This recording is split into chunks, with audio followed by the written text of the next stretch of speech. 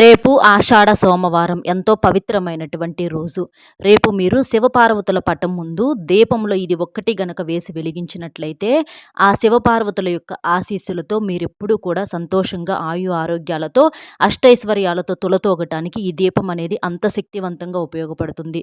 దీపంలో ఈ ఒక్క వస్తువును గనక మీరు వేసినట్లయితే, ఆ వస్తువు వల్ల జాతక దోషాలన్నీ కూడా తొలగిపోయి, మీరు పట్టిందల్లా బంగారం అవుతుంది. ఊహించని స్థాయిలో అదృష్టము, ఐశ్వర్యం అనేది మీ సొంతమవుతుంది.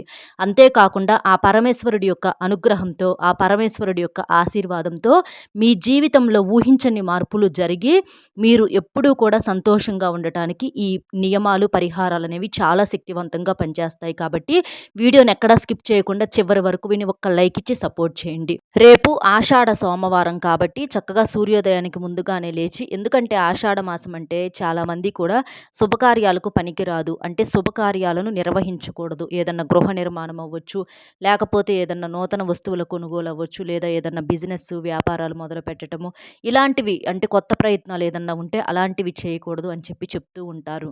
కానీ ఆషాఢ మాసం ఏంటంటే మనకున్నటువంటి చెడును, దోషాలను, సమస్యలను తీసేసుకోవటానికి చాలా శక్తివంతంగా ఉపయోగపడుతుందని చెప్పేసి మనకు శాస్త్రాలు చెప్పటం అనేది జరిగింది. అంతటి విశిష్టమైనటువంటి మాసంగా ఈ ఆషాఢ మాసాన్ని చెప్పుకోవచ్చు.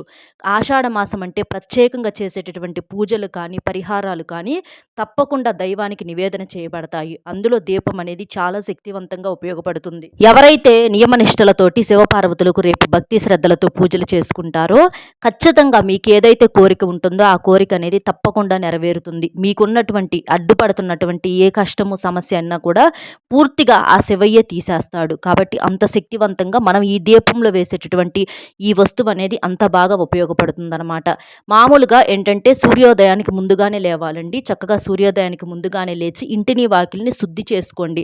ఆషాఢ మాసంలో మనము నియమనిష్టలతో ఉన్నట్లయితే చేసే ప్రతి పరిహారం కూడా చక్కగా సిద్ధిస్తుందన్నమాట. ముఖ్యంగా ఆషాఢ మాసంలో గోరింటాకును కూడా పెట్టుకుంటూ ఉంటారు. పెళ్లి కాని ఆడపిల్లలు అవ్వచ్చు, లేదా పెళ్ళైన వాళ్ళు కూడా ఏంటంటే పెళ్లి కాని ఆడపిల్లలు అలా గోరింటాకు పెట్టుకుంటే చక్కగా అందమైనటువంటి భర్త, అంటే వారిని ప్రేమగా చూసుకునేటటువంటి భర్త, నచ్చిన భర్త దొరుకుతాడు అని చెప్పేసి ఒక నమ్మకం అన్నమాట. అలాగే పెళ్ళైనటువంటి ఆడవాళ్ళు కూడా పెట్టుకోవటం వలన భర్త ప్రేమగా జీవితాంతం చూసుకుంటాడు, కలిసిమెలిసి సంతోషంగా ఉంటారు అని ఒక శాస్త్రం అన్నమాట. అలాగే కొత్తగా పెళ్ళైనటువంటి ఆడవారు ఎవరన్నా ఉంటే తొలి మాసంలో వాళ్ళు కూడా పుట్టింటికి తీసుకొస్తారనమాట. ఎందుకంటే అత్తాకోడలు ఒక గడప దాటకూడదు, అలాగే భార్యాభర్త కూడా ఒక చోట ఉండకూడదు. ఎందుకంటే ఒకవేళ ఏదన్నా గర్భం దాల్చినప్పుడు పుట్టేటటువంటి బిడ్డ ఎండాకాలంలో పుడతారు కాబట్టి కాస్త ఆ వేడికి ఇబ్బందులు వచ్చే అవకాశం ఉంది. కాబట్టి అంత గొప్ప అర్థాలతో మనకు శాస్త్రాలలో ఈ ఆషాఢ మాసంలో కొత్తగా పెళ్ళైనటువంటి జంట దూరంగా ఉండాలని చెప్పటం అనేది జరిగింది. ఇలా ప్రతి దాని వెనుక కూడా ఒక పరమార్థం ఉంటుందండి. అలాగే ఈ దీపంలో మనం ఈ వస్తువు వేయటం వెనుక కూడా ఒక పరమార్థం ఉంటుంది. అవి ఆరోగ్యానికి సంబంధించి, అలాగే మన జీవితానికి సంబంధించి ఒక గొప్ప అర్థాలనేవి దాగి ఉంటాయన్నమాట. చక్కగా అలా ఇంటిని, వాకిలిని శుద్ధి చేసుకోవటము, గుమ్మం బయట కూడా చక్కగా బియ్యపిండితో ముగ్గు వేసుకోవటం. ఈ నెల రోజులు కూడా మీరు బియ్యపిండితో కనుక ముగ్గు వేసుకున్నట్లయితే అష్టైశ్వర్య ప్రాప్తి అనేది కలుగుతుంది. అంటే చాలామంది ఏంటంటే చాక్ పీసులతో అలా వీటితో ముగ్గులు వేస్తూ ఉంటారు. చాక్ పీసులతో ముగ్గు అనేది వాకిట్లో ఎప్పుడూ కూడా వేయకూడదండి. ఒకటి ముగ్గుతోనన్నా వేయాలి, లేదా బియ్యపిండితోనన్నా వేసుకోవాలి. అలా వేసినప్పుడు మనకు కలుసుబాటుగా ఉంటుంది. చాక్ పీస్తో ముగ్గు అనేది చాలా వరకు కూడా మనకు సమస్యలను తెచ్చిపెడుతుంది అనమాట. ఈ మధ్య ఏంటంటే సిటీస్లో ఎక్కువగా అలా వాడుతూ ఉన్నారు, కానీ అది చాలా వరకు కూడా తెలిసి తెలియక చేసేటటువంటి ఒక పొరపాటుగా చెప్పుకోవచ్చు అనమాట. ఇక అలాగే ఏంటంటే సూర్యోదయానికి ముందుగా లేచి ముందు తలస్నానం అనేది చేయాలన్నమాట. ఏదన్నా తిని తలస్నానం అనేది సోమవారం రోజున ఎట్టి పరిస్థితుల్లో చేయకూడదు. అలా చేస్తే కోటి దీపాలు ఆర్పినంత పాపం అని చెప్పేసి మనకు క్లుప్తంగా వివరించడం అనేది జరిగింది. కాబట్టి మీరు తినక ముందల తలస్నానం చేయండి.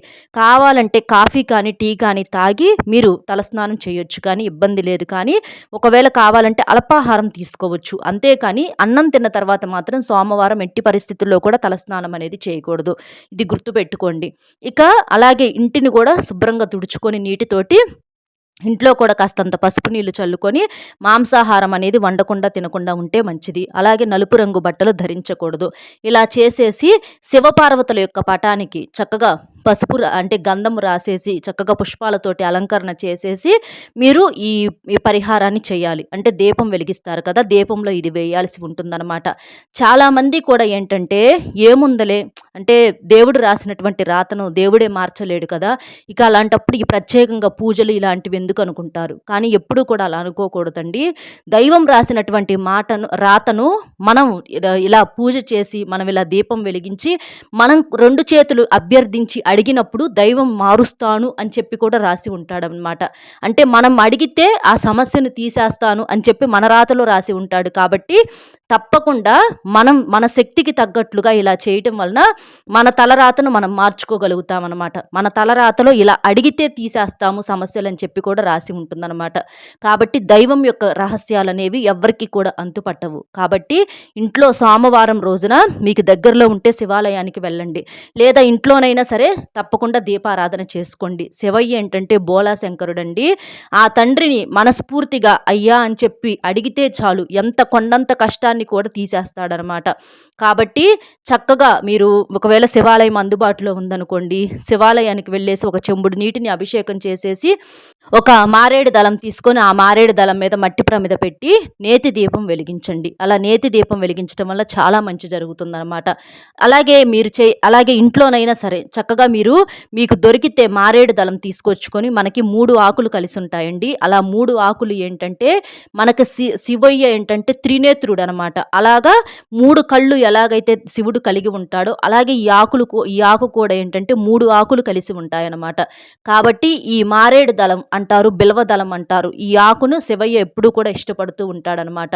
కాబట్టి మీకు అవి చక్కగా శివాలయంలో దొరుకుతూ ఉంటాయి, లేకపోతే ఎక్కడన్నా చెట్లు దగ్గర దొరుకుతూ ఉంటాయి. అలాంటి చోట మీరు తప్పకుండా ఈ ఆకును తీసుకొచ్చుకోండి. ఆ ఆకు మీద మీరు ఈ దీపాన్ని వెలిగించాల్సి ఉంటుందన్నమాట. అలాగే దీపం కూడా ఏంటంటే మట్టి ప్రమిదలో వెలిగించండి. అలా వెలిగించడం వలన మట్టి ప్రమిదలో అంటే ఇత్తడివి అలా వెండివి ఇలాంటివి ఉంటూ ఉంటాయి. వాటితో కాకుండా మట్టి ప్రమిదలో దీపం ఏంటంటే దోష నివారణ చేయడానికి బాగా ఉపయోగపడుతుందన్నమాట. కాబట్టి మట్టి ప్రమిద తీసుకోండి. అలాగే ఆవు నేతితో దీపం వెలిగించండి, లేదా నేతి దీపం వెలిగించండి. నేతి దీపం ఏంటంటే చాలా బాగా శక్తిగా ఉపయోగపడుతుందన్నమాట. నెయ్యి దీపం ఏంటంటే మనకు సమస్యలను తీసేయటానికి చాలా బాగా ఉపయోగపడుతుంది. జాతక దోషాలను తీసేస్తుంది. నెయ్యి దీపం ఏంటంటే ప్రత్యేకంగా ఈ ఆషాఢ సోమవారం రోజున నేతి దీపం అనేది మనకున్నటువంటి ఎలాంటి సమస్యలనైనా కూడా చాలా శక్తివంతంగా తీసివేస్తుంది. ఒకవేళ నెయ్యి దీపం మేము వెలిగించలేము అని అనుకుంటే మాత్రం నువ్వుల నూనె కానీ లేదా మీకు ఏది అందుబాటులో ఉంటే ఆ నూనె పోసేసి తర్వాత దాని మీద కొంచెం ఒక స్పూన్ అయినా సరే నేతిని వేయండి. అలా వేయటం వలన ఆవు నెయ్యి అవ్వచ్చు లేదా మామూలుగానైనా సరే మీరు నెయ్యి వేయండి. అలా వేయటం వల్ల మీకు ఆ దీపం ఏంటంటే చాలా శక్తివంతంగా మారుతుంది. మీకు బాగా ధనాన్ని ఆకర్షించడానికి చాలా బాగా ఉపయోగపడుతుందన్నమాట. అలా వేసేసి ఇప్పుడు దీపంలో ఈ వస్తువుని వేయాలి. ఆ వస్తువు ఏంటి అనంటే వాము అండి. చాలామందికి కూడా వాము ప్రతి ఒక్కరి ఇంట్లో కూడా వంటగదిలో అంటే సుగంధ ద్రవ్యాలలో ఒకటైనటువంటి పదార్థం ఈ వాము అనమాట. వాము అనేది చాలా శక్తివంతంగా ఉపయోగపడుతుంది. చూడటానికి మనకి ఇక్కడ ముందు వీడియోలో కూడా చూపిస్తాము. చాలా చిన్నగా కనిపిస్తుంది. ఒక్క చిటికెడు వాము చాలు. కానీ వాము ఏంటంటే జాతక దోషాలను తీసేయడానికి చాలా బాగా ఉపయోగపడుతుంది. ఆర్థిక సమస్యలను తొలగిస్తుంది. అప్పుల సమస్యల నుంచి బయటపడేస్తుంది అనమాట. వాము దీపం అనేది చాలా శక్తివంతంగా ఉపయోగపడుతుంది. మనం ప్రత్యేకంగా ఆరోగ్యానికి కూడా వామును వాడుతూ ఉంటారు. పిల్లలకి ఏదన్నా కడుపు నొప్పి అవ్వచ్చు లేదా పెద్దలకు కూడా ఏదన్నా ఇబ్బందిగా ఉన్నప్పుడు వామును వాడటం వలన ఆరోగ్యపరంగా కూడా ఎంతో మంచి ప్రతిఫలం అనేది ఉంటుందన్నమాట. అలాగే ఈ వాము అనేది పరిహార పరంగా కూడా చాలా గొప్పగా ఉపయోగపడుతుంది. ఒక్క చిటికెడు చాలండి, ఎక్కువ అవసరం లేదు. మనం అలాగా దీపం వెలిగించినప్పుడు ఆ దీపంలో అంటే శివపార్వతుల యొక్క పటం ముందల గన్నేరు పుష్పాలతోటి లేదా మందార పుష్పాలతోటి చక్కగా అలంకరణ చేసేసి ఈ మారేడు దళం మీద ఈ మట్టి ప్రమిద పెట్టేసేసి మీరు ఇట్లా ఆవు నేతిని పోసేసి దీపం వెలిగించిన తర్వాత ఒక్క చిటికెడు మీ మనసులో సంకల్పం అనేది చెప్పుకొని ఒక్క చిటికెడంటే చిటికెడు ఈ వామును దీపంలో వేయండి. అలా వేసేసి మీరు మీ మనసులో సంకల్పం చెప్పుకోండి. ప్రత్యేకంగా ఈ ఆషాఢ సోమవారం రోజున చిట్టపటం అంటది. అంటే చిట్టపటం అంటం అంటే ఏంటంటే, మన జీవితంలో మనకు కష్టాలు ఎలాగైతే మనల్ని ఇలా ఇబ్బంది పెడుతూ ఉంటాయో, అలాంటివన్నీ కూడా తొలగిపోతాయనమాట. మనం దీపంలో వేసినప్పుడు ఏంటంటే, చిటపటం అంటది వాము అనేది. కొన్ని వంటల్లో కూడా చూడండి చిటపటలాడుతూ ఉంటది వాము. వాము ఏంటంటే, చిక్కుల్ని తీసేయటానికి, జాతక దోషాలను తీసేయటానికి బాగా ఉపయోగపడుతుంది. మూసుకుపోయిన ధనద్వారాలను తెరిచి, జీవితంలో మీకు ఊహించని అదృష్టాన్ని, ఐశ్వర్యాన్ని తెచ్చిపెట్టేలా చేయటానికి ఈ వాము దీపం అనేది శివపార్వతుల పటం ముందల ఇలా వెలిగించటం వలన మీకు అద్భుతమైనటువంటి అదృష్టాన్ని, సిరి సంపదలను తీసుకువస్తుంది. కాబట్టి చక్కగా ఇలా చేసేసేయండి. ఇది మీరు ఉదయమైనా చేసుకోవచ్చు, లేదా సాయంత్రం సంధ్యా సమయంలోనే ఈ దీపాన్ని వెలిగించుకోవచ్చు. ఇంకా మీరు సాయంత్రం సంధ్యా సమయంలో వెలిగించుకోవటం వలన మీకు అద్భుతమైనటువంటి ప్రతిఫలం అనేది వస్తుందన్నమాట. లక్ష్మీదేవి యొక్క అనుగ్రహంతోటి మీరు అపర కుబేరులుగా మారటానికి ఈ దీపం అనేది చాలా బాగా ఉపయోగపడుతుంది. కాబట్టి ఈ ఆషాఢ మాసం రోజున ఈ అవకాశాన్ని అస్సలు వదులుకోవద్దండి. అలాగే రేపు స్కంద పంచమి కూడా ఉంది కాబట్టి మనకు అంటే అన్ని రకాలైనటువంటి ఆ అద్భుతాలు అనేవి జరిగే అవకాశం అనేది ఉంటుంది. స్కంద పంచమి రోజున సుబ్రహ్మణ్యేశ్వర స్వామి దగ్గర కూడా పూజ చేస్తూ ఉంటారు. కాబట్టి శివపార్వతుల పటానికి అలాగే సుబ్రహ్మణ్యేశ్వర స్వామి ముందర కూడా చక్కగా మీరు ఇలా దీపం వెలిగించడం వలన మీకున్నటువంటి జాతక సమస్యలన్నీ కూడా తొలగిపోయి అష్టైశ్వర్యాలు సిద్ధిస్తాయన్నమాట. అర్థమైంది కదండి ఏం చేయాలి ఏంటి అనేది. మన వీడియో నచ్చితే ఒక చిన్న లైక్ ఇచ్చి సపోర్ట్ చేయండి. మీరు లైక్ చేయడం వలన వీడియో మరికొంతమందికి చేరి వారు కూడా తెలుసుకునే అవకాశం అనేది ఉంటుంది.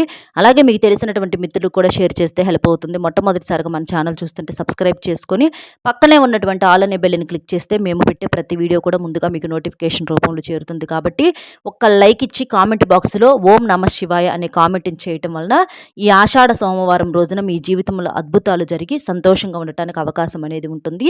ఆ శివ యొక్క ఆశీస్సులు ఎప్పుడూ కూడా మీకు ఉంటాయి. మరొక మంచి విశేషంతో మళ్ళీ కలుద్దామండి. సర్వేజన సుఖినో భవంతు. నమస్కారం.